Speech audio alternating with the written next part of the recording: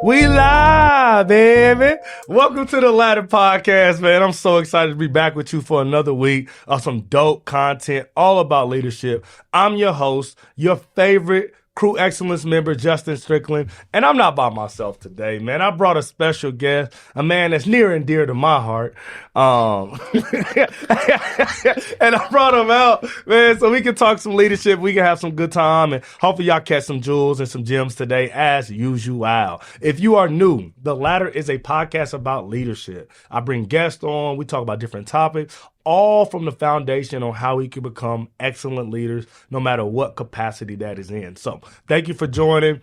We're going to holler at you. We're going to talk about Crew Excellence a little later. But right now, I'm going to let my guest introduce himself, the infamous Lavance Meeks. How are you doing today, man? Man, I'm living well today, man. Sure, can't complain too much. I love to hear that, man. What are three things the audience should know about you? Oh, man, three things. All right, man. First and foremost, man, I'm from Wyandotte County. Got to represent, man. Second, I'm a self-published author. Third, I'm a motivational speaker. They kind of go together, called Survivor of the Fatherless, where I talk about my experience of being a fatherless child and how, you know, I take that and try to encourage and motivate other fatherless children. So, and adults, you know, hey, everybody, man. So, I feel that. Those are three things about me. If you want a book or you want a speech, hit me up, man. Yeah, no, and I'm gonna have his links in the description so you can get in touch with him and get in contact with him, because I thought today's episode would be amazing. I did an episode, maybe now a month ago, where I talked about being a husband and leading as a husband. And see, he didn't tell me what we was talking about, and I was getting nervous the more and more I got here, because I'm like, he ain't say nothing, so he planned on dropping a bomb, and I want live reactions for the audience. You know what I'm saying? Hey, man, you was gonna get it, and I knew that's what you wanted, so I was nervous, man. So today though, we're not talking about being a husband. All right, go, okay. Yeah, so you can relax. Wifey, gonna do this. Today, I want to talk about the transition you made from being fatherless to being a father yourself. Oh, dope. And so, and like I said, we house everything under the guise of leadership. And so, first, let's rewind. When did you realize, hey, I'm missing out on something that other people get? Right? So, yeah, let's start there. Man. How old were you? It was like, hey, I don't have something that other people have. You know what? I think it was around probably about that 13-ish mark. Okay. Honestly. Okay. Because it was a particular moment that really stood out to me where I began to get interested in basketball. So you know how it was back when we was growing up. We was playing on the block. Yeah. You know what I mean? So like, outside, and I was good on the block. So when I went and tried out for teams, and I'm like, I don't know certain drills or I don't know certain things, and I realized I wasn't like as good as some of the people that had been doing things before I'd even started. I'm like, okay. I still didn't really think nothing of it, but what happened was I started like really trying to grind, get my game better, like go to the gym more. And one day I was at the gym and I saw a father like helping his son, like trying to teach him how to shoot. Like, all right, what you want to do is this. You want to try to do this right here. You know, flick your wrist, do this, jump. And I'm like, the way I learned how to shoot was I just throw it up, and if I miss, I'll be like, hey, when I shoot like this, it goes in a little more. Let me keep shooting like that. I did, like, YouTube wasn't famous back then, so I couldn't even Google it like they can nowadays. So that was like my biggest moment of, I was like, wait a minute, man, I really didn't have some of these opportunities that I might have had if he was here in order to help me learn. Even something simple like shooting a basketball. Even if you didn't know, you probably could have put me in place. Yeah. To put show me something I did. Exactly, man. Exactly. Yeah. No, that's interesting, because like, so just follow up. So was that like the first time when you were 13, was that when you and your dad became estranged, or y'all had been estranged up until that point? Yeah, we had already been disconnected. Okay. Yeah, and so interesting, because like my story is different. My peoples was married until I was 11, and then they got divorced, and it was probably about a 5-6 year stretch where there was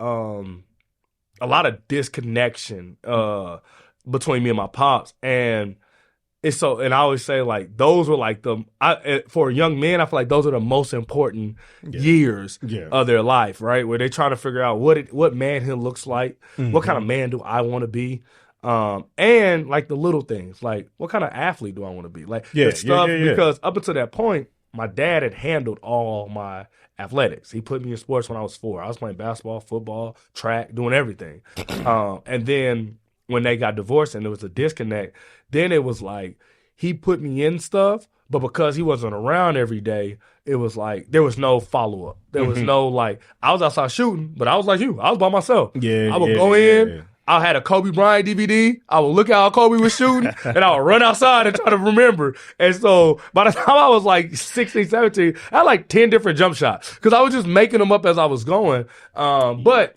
it's so interesting how, like you said, sometimes we realize it.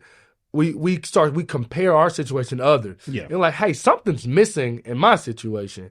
And I definitely see that, and that's real. And I think that's the age where it really starts to matter. Yeah. Right? Because I think when you're younger than that, you're like, man, like little kids, they are, I always tell me and my wife talk about this all the time. They have the best and worst memory ever. Yeah. They will forget all the horrible things grown-ups do around them and to them, but they will remember all the joy. Yeah. And so before you're a teenager, life is just good. Yeah, and if your mother was around, like those younger years, you need that. You need the nurture. You need that mother touch, man. So as you get in that, it doesn't necessarily feel like you 100%. Missing that as much. 100%. You know what I mean? It's when you, like you said, you got to start learning some of those lessons. Yeah, that it's like, hey, moms ain't never shot no jump shot before. You know what I mean? Yeah. So definitely. No, that's good. And so you've realized 13, hey man, I don't got something that other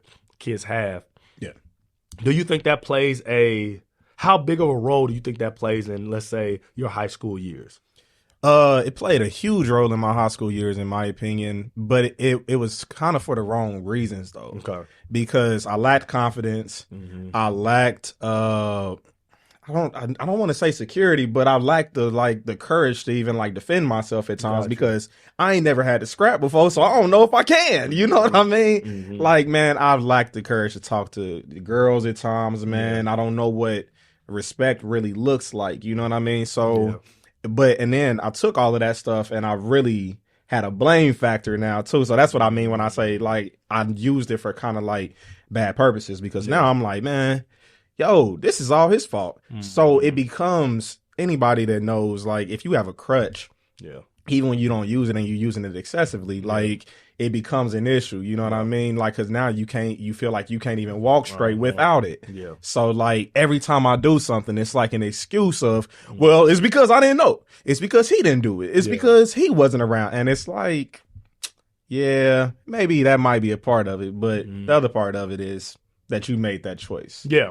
Like, it both can be true. You know what you kind of knew what you was doing too, big guy. Like, so, but it became a permanent excuse for me, especially in high school, man. So I was able to really look around and be like, yeah, this was your fault. Mm-hmm. And I didn't have to take accountability in my eyes. You know what I mean? Yeah. See, that's interesting because, like, for me, honestly, it wasn't until I got older when I looked back and was like, that's why I was like that. Like, in the moment, I wasn't really even thinking about it. Because I was just living. Like, I don't think I was as aware of my surroundings in that way. Mm-hmm. I've always been man, I just kind of roll with the punches. Like, that's just who I am as a person. Yeah. And so because of that, it was like, man, it's just life, bro. Yeah. And I'm just living it. Yeah. Well, I had evaluated like at a young age because I felt that type of way towards him. It also kind of worked in my favor too. Mm-hmm. I left that part out. You asked about high school. It worked in my favor too because that kept me out of so much nonsense because I saw him growing up. He was like, and I'm like, yo, if you did this, this, and this is where it led to, and I can't stand you, then these are some of the same things that I want to avoid because I also, it's kind of weird, man. I tell people I know I'm different and I rock with it. Like at a young age, I knew I wanted a son and I knew that I wanted to be a living example to him. You know what I mean? Like I did not want to be one of them hypocritical cats that's like, hey man, you need to be, wait until marriage or you need to be not just doing this and that. But daddy, you did this nonstop. Like, Daddy, you got like 1,000 bodies and you've done this. And now you trying to tell me don't do it, son. Make sure you are staying away from this, and this. Yeah. But Daddy, you in it every weekend. Mm-hmm. So even at a young age, seeing the things that he was doing, it allowed me to really like stay away from so much other stuff. Yeah. Excuse me. Because I was like, man, I saw where it led him and I didn't like it. Yeah. No, that's real. And I think for me, I had that moment in my 20s. Mm-hmm. So when I was in high school and stuff, I really wasn't thinking about that in that capacity. But looking back, I was like, oh, that's why I was angry all the time. Yeah. That's why I was so competitive in a unhealthy way. Yeah. Like I was just telling my niece the other day, we talk about, because she's a burgeoning athlete. She's trying to figure out her athletic career. So I'll be telling her, like, trying to coach her on how to be a good teammate is what we talk about a lot. Yeah. And I was like, yo, I'm telling you, because I was a terrible teammate. Like, yeah, you still are. By the way, to this day, I don't want to play on Strick's team. To this day, that's because I'm a winner and I require excellence. That is why. It's because he's a bad teammate. That is why. Till this day, require excellence. It is 2024, and don't put me on his team. He's mean. He never learned how to be a good teammate to this day. That's probably why I'm trying to help her. I remember being in high school. I remember my sophomore year was probably the worst. My attitude was probably the worst of my life, my sophomore year of high school. That's wild. Now I remember I used to wear a headband in my games. And every single game I would throw it into the stands. Like clockwork. I would put it on knowing this is getting thrown into the stand at some point today. I remember I threw a basketball at a referee. Yeah. Like on some Draymond Green type stuff. like he down on the other court and I missed him, but I had bad intentions. And so, but looking back, like at the time, I just thought like I'm competitive. I'm Kobe. Like I just want to win. Yeah. And I'm looking back like, no, that wasn't healthy. Yeah. That wasn't healthy. Could have handled that differently. Yeah, I could have handled that differently. But I don't think and to be being honest, like my pops was at all my games, but I think at that point I had tuned him out because of our situation. I wasn't listening to him. I couldn't hear him. And so although he was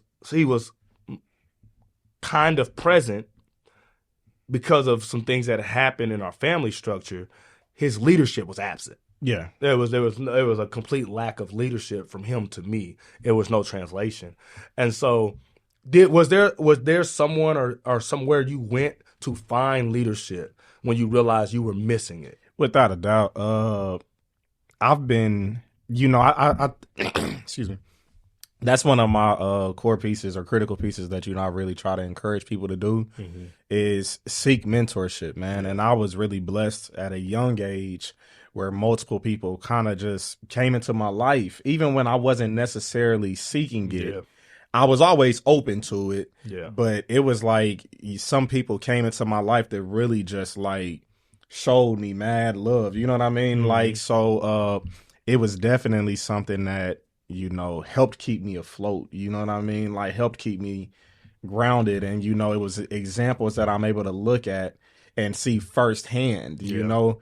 But that's something I definitely always encourage people to do, because sometimes, especially as young cats, man, we tend to think that they're supposed to come to us or things are supposed to just happen to us. And I'm like, sometimes they do. Yeah. Sometimes I got lucky. But now at this age, I also understand the value of putting that work in for yourself. Yeah. You know what I mean? You appreciate it, and you hold on to those things tight that you found, that you put in that effort. You know what I mean? Yeah. So I'm like, man, and that includes relationships. You feel me? Like I encourage everybody to make sure that they find somebody that they're able to be guided under, that they will allow to disciple them, you know? 100%. No, that's dope. And I think, for me, like, and my uncle, he's always been around. Shout out to him. He's been a man of God that I've always looked up to. My godfather's another one that I've always just looked at their lives. And even if they didn't know it, right, exactly, or it wasn't explicit, from a very young age, I began to model my life after what I saw in them. And those are the things that I think we take for granted as adults now. Like we take for granted that there are people that even if they're not explicit, are watching and modeling their lives after ours. And either way, some of it is like what we did with our pops. I ain't gonna be that, right? And some of it is gonna be like, oh, I like what he has. This looks fun. I want that. I want to become those things. And so as you transition, because it's so interesting, because I'm a lot like you in the sense where I've always wanted to be a father. Like since early age, I was like, man, I can't wait to be a daddy. You know what I'm saying? Like I can't wait to have kids and to take them outside and to throw them in the air, elbow drop them. Like I can't wait I'm excited about that. When did you? Like, what age were you when you were like, or was there age where you were like, okay, I'm ready to find a wife, I'm ready to settle down, and I'm ready to enter into fatherhood? Oof, man, I don't know if there was a time that I ever thought I was ready. Okay. You know, as a young cat, you kind of always feel like you're ready, but like, I don't know if there was a time I ever felt like I felt like I was ready for marriage. Gotcha. Because like I felt like I found my high school sweetheart and all this is gonna work out. Yeah. And I had been preparing my life for marriage. You know what I mean? Like I wasn't into dating multiple women or doing all of this. Like I had like made it a sole purpose of mine to find that one person and settle down with. So like I know you got married at a young age. Yeah. I was more than ready to get married at a young age too. Yeah. Like, you know, we grew up with multiple people that got like committed at young ages, you know what I mean? So it wasn't even that far off for me because I'm like about marriage. Yeah, because my homies that I was around was doing the same 100%. Thing, you know what I mean? So yeah, at the marriage thing, it was young. Gotcha. But when it came to being a father, I think I was kind of like, you know, for one, I didn't want it to be with anybody but my wife anyway. So as long as I wasn't married, it wasn't even really. On the back burner. Yeah, it was definitely on the back burner because I'm like I said, I looked at my pops and I'm like, I don't want that. I do not want, if I can't, it would destroy me if I can't be in the same house as my son every day. Yeah. You know what I mean? Like it would literally destroy me. Yeah. Man. So, and I knew that back then. Yeah. Because I knew how it would make me feel. You know what I mean? So I'm like, yo, there's ways to avoid this, and that's what I'm gonna do. So, No, that's fair. I think I think what I would say on this show is that's good leadership, right? To understand what you want, but also understand that what you want exists in an environment that would make it desirable. Because I think a lot of times as men, we desire to be fathers before we desire to be husbands. Yeah. And there's a reason why that's biblically inaccurate. Yeah. Because of the tension and the stress that comes from co-parenting. Even if you do it excellent and y'all split the days down the middle and the money ain't funny and y'all cordial, there are still nights where I go to sleep and I don't see my kid. Yeah. And that's harmful for me, but it's also harmful for my kid, right? And so I think that a lot of times we're selfish in that fact where it's like, I want to be a dad. And we're not necessarily thinking like, but what about my kids? What's gonna be the best environment for them to grow up in? Without a doubt. And what can I do today to make that most possible? Because don't get me wrong, marriages aren't guaranteed, right? I'm a kid of a divorced marriage. Yeah. So marriage is not the perfect way, but it is the best way to make this possible. Yes. And so I like what you said there. It makes a lot of sense to me. And so as you move from being fatherless into fatherhood, so you're married, find out your wife is pregnant, and you're gonna have a baby boy. Talk me through what you were feeling and kind of what you were thinking in that scenario. My wife did not like being pregnant, so I really spent most of that time like trying to like make sure she's comfortable. You know what I mean? Like I really tried to take it personal and make sure I was being intentional about making sure that she was comfortable. Yeah. So if she would wake up in the middle of the night, I would try not to just roll back over and go to sleep because I'm still tired. Yeah. I'll be like, all right, man, if she up, I'm gonna be up. What we watching? You know what I mean? Or you know what you need, because I had never got to see that up close before. So to see some of the effects that it has on just their body, their mental, all of those things, that was really at the forefront of my mind for majority of the pregnancy, because I'm like, man, I want to make sure she's cool, she's comfortable. Yeah. That was really, and as far as like the whole aspect of just being a father at that time, it really did. It took a big back burn because I didn't know. Yeah. Till even like I didn't realize what I was getting myself into, and we're 8 months in. You know what I mean? Like I was still working at a job with $13 an hour and no benefits. Yeah. I didn't think about. I wasn't even thinking about somebody needing health care or none of that, dog. Or I'm on night shift and how does this working? None of that stuff had really crossed into my mind just yet. So it wasn't until like I held him that's when everything came, and I'm like, big light bulb. Oh Lord, oh Lord, oh Lord, oh Lord. Oh no, oh no, oh no. We're pushing back. That needs some time. Give me a month. I promise I get right. No, this ain't real. No, this ain't real. We can't do this. No, I feel that. I feel that. Yeah. I feel that. I feel that for sure. I definitely feel that. It's horrifying. Yeah, no, being responsible for humans is a real thing. Man, I think that, we tend to find ways to distract ourselves from so much, man. People live in poverty. People have issues and traumas, things of that nature. Yeah. You find ways that you distract yourself. Yeah. And at times, the distractions can be cool, man. Yeah. Sometimes they can even be healthy, but the problem is that if you allow yourself to be distracted so long that when reality finally does come back, when reality is staring you right in your face, it hits you like a ton of bricks then, because I have been like in fantasy land so long, I've been in denial so long that now that it's here and I can no longer be in denial, it's like, oh my goodness. What should I have been doing? Oh my goodness. Bro, KB once said, man, the worst punch is the one you don't see. And that's how I felt. I felt like somebody swung on me. Even though I saw it coming, I still hadn't necessarily prepared for it. So it still felt like you ain't ready, big dog. Got you. Yeah. So, and I feel like that's a normal response for most men that grow up without fathers. Like, I think that is a normal response to, like, having a kid. Yeah. It's like, but till you hold them, you, like, it's all imaginary. Yeah. And then you hold him, like, oh, this is real. Like, I remember on Malibu's Most Wanted, he shot himself in his foot. And so you have that moment when you first hold your kid and you realize your mind snaps into, oh, I'm responsible for this human.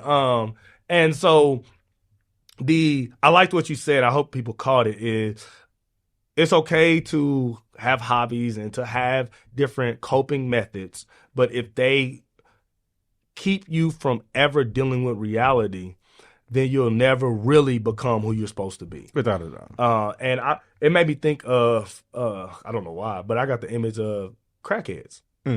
And that's an interesting image. And I mean, but that's just, hey man, I'm from Wanda. And so the ideal is like when they get high, they escape the fact that they're homeless, or that they're poor, or that they're not fulfilling their dreams, or their homes aren't what they want them to be.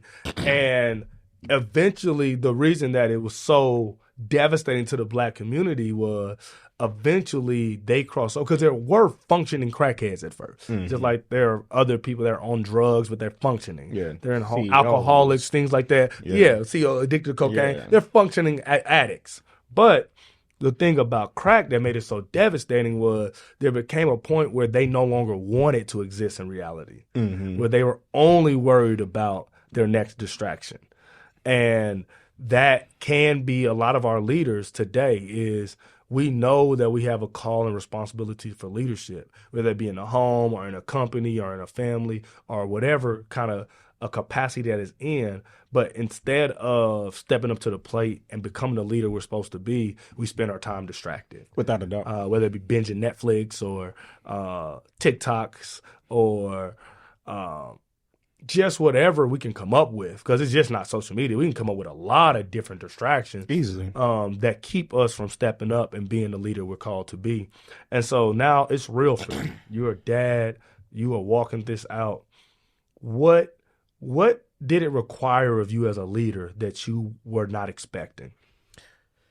As much sacrifice as it's gonna cost you, man. I knew that it would be some sacrifice, but I didn't know it would be this much. Mm-hmm. You know what I mean? I mean, everything is built around my child, man. And you have people like I'm the type of father that I am, man. If my son is sick, I'm calling in, man. If my son needs this, I got to do this. Mm-hmm. Where, you know, the decisions that impact his life, mm-hmm. even though like it shouldn't be as stressful for me because like you're past this, mm-hmm. there become huge stressors. Mm-hmm. Where are we going to go to school? What is society looking like? What type of society have I brought him into? Mm-hmm. How can I make sure this life is best?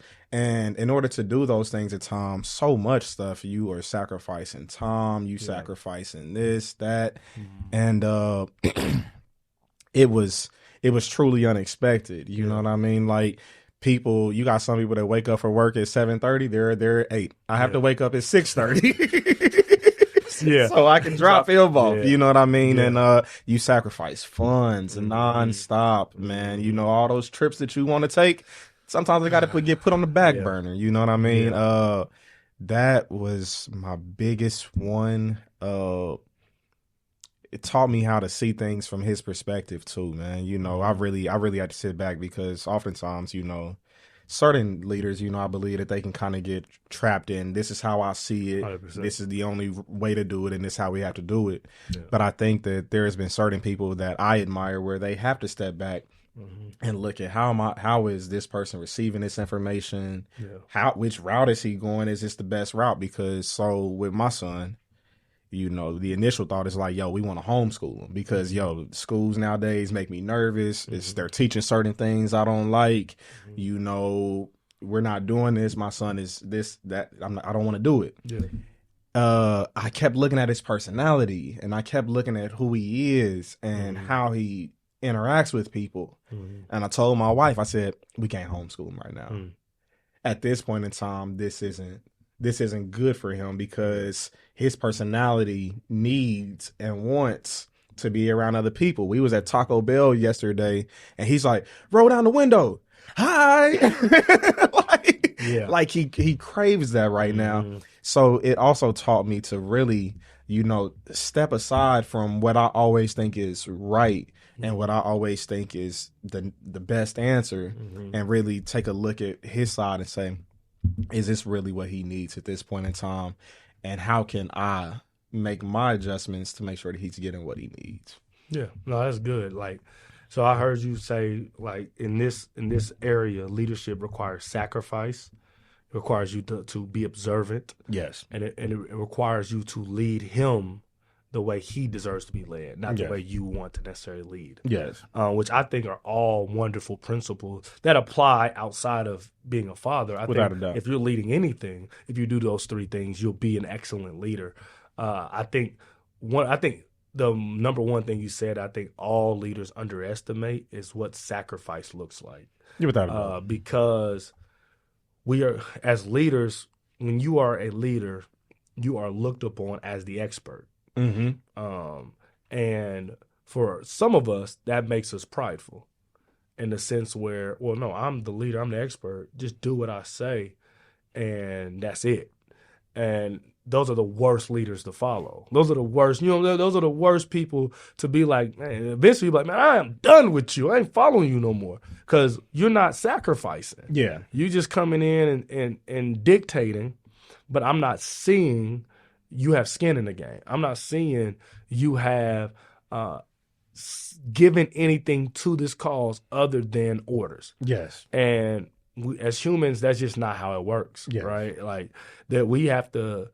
I was talking in a group yesterday, and we were talking about mirror neurons, and the ideal that as humans we will often reflect the emotions, the things that we are witnessing and seeing. We'll subconsciously begin to do them, and so easiest example is like when you smile at a baby, the baby smiles back. Yeah. Baby don't even know why we happy. Yeah. It just knows that you smile, I should smile.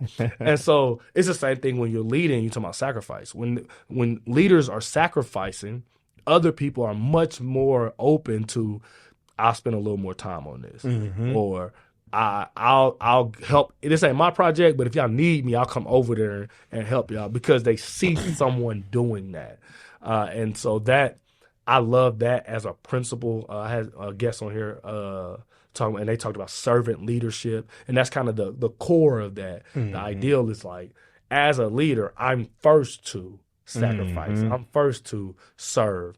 And because of that, you are being developed to lead in this way, in this capacity. When I think about people, we kind of talked about people that you look up to. When I think about people that I looked up to, sacrifice is really what helped them stand apart from people as well. You know what I mean? Like, I talked to my wife about being mentor at times. She'd be like, man, that sounds like a lot of work. I'd be like, it doesn't have to be though. Like, all it really is just, sometimes it could just be you picking up a phone call. Sometimes it's just you saying, I'm thinking of you, whatever. But what would stand out to me is I'm at a rugby game and I look over and I see a father figure that doesn't have to be here. You know what I mean? He's sacrificing, even if it's just his time to call, hey, how you doing?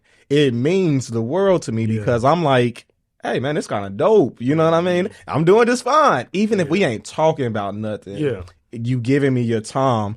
And I think that, that's one of the things that, and I hold it against some of the OGs too, honestly. Like, if you didn't or you couldn't sacrifice at least a little, I really do. I hold it against you, because I'll be like, at some point in time, somebody had to do it for you.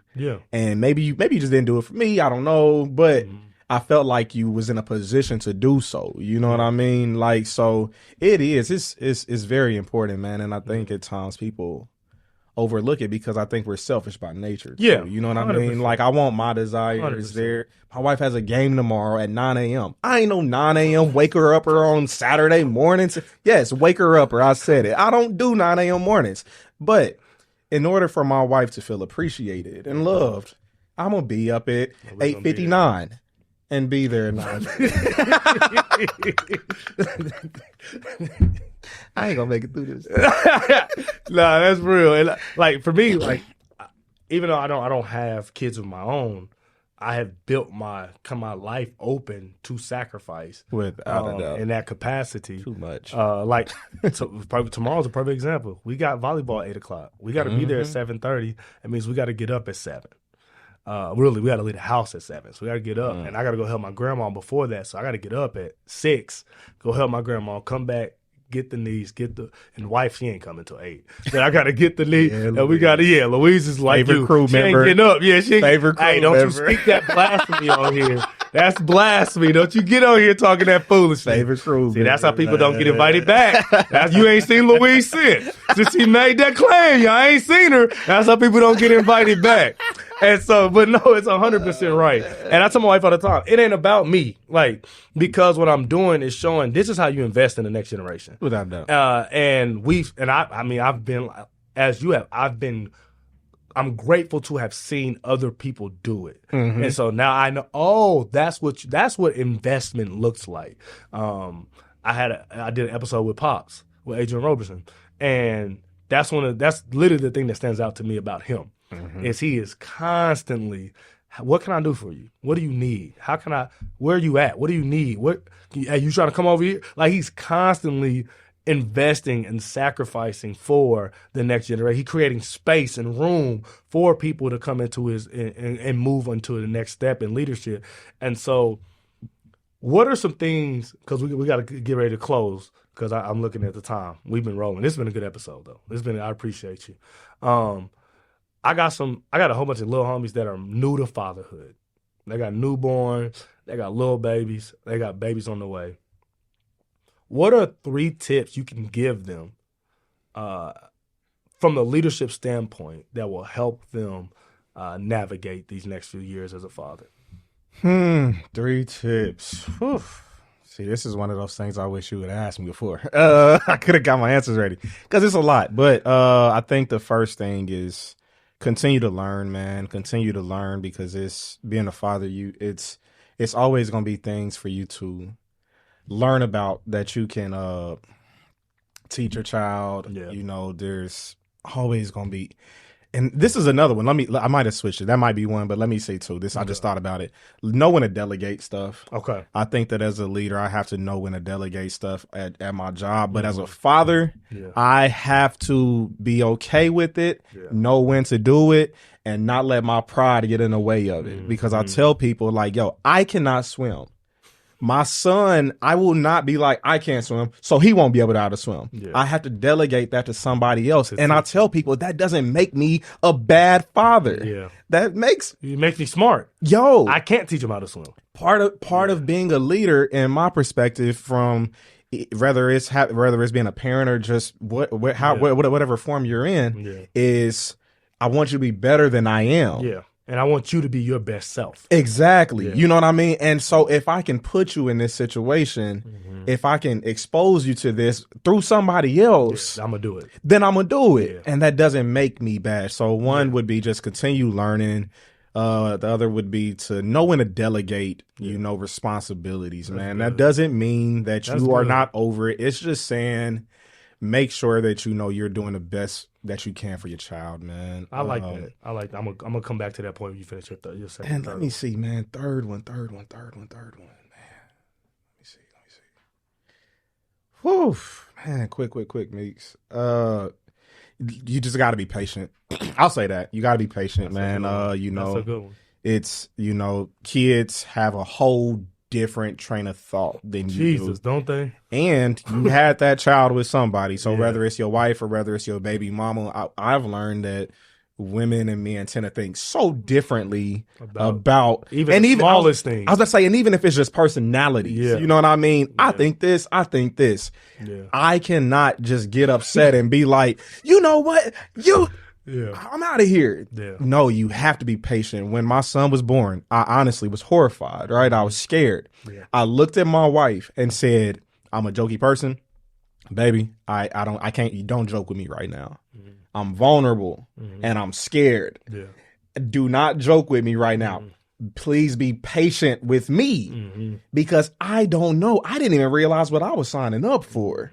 So now that it's here, I need your patience. Yeah. So the same way that I needed patience from her, man, you have to practice patience with, like I said, whether it's your wife, your baby mama, and you also have to practice that with your child because they growing, you're growing, we're all human, so we change on a daily basis. You know what I mean? We change often. Yeah. So and if you walk into a situation, short tempered, you won't be around that. You won't be around very long, man. Yeah.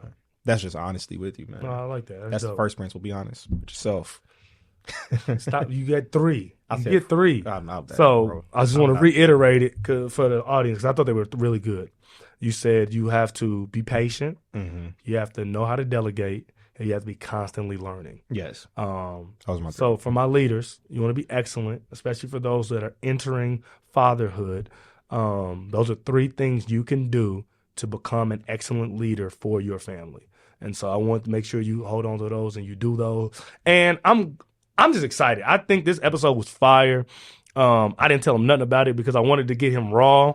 He overthinks, so I didn't want to give him time to overthink anything. I wanted to get him as he is because I think that is good enough and excellent. I think he's excellent in that capacity, and I wanted you all to get that freely. I didn't want him to overthink some of his points, and then you weren't gonna get him.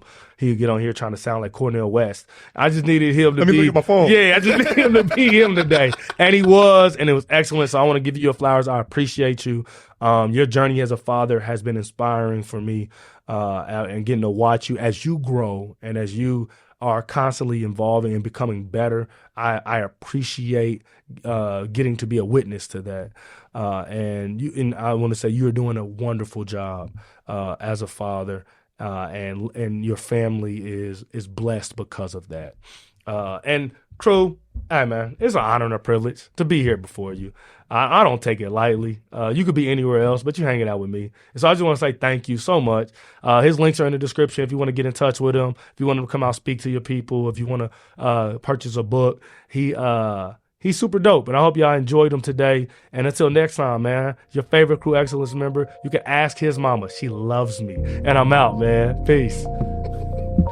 Crew Excellence, another great episode. I'm so honored to be leading the journey you're on. And I just want to let you know, this is what we're building here. We're building a community and an audience and a family that pursues excellence together. And if you want to be part of that family, right, this content's free. You can keep coming over here every Friday, catching a podcast, but we have so much more. First of all, if you join Crew Excellence, you get the podcast on Thursday. Yup, 24 hours early. Second thing, you get part of our private group where we talk about leadership every single day. You get Motivation Monday. You get discounts on merch. Okay.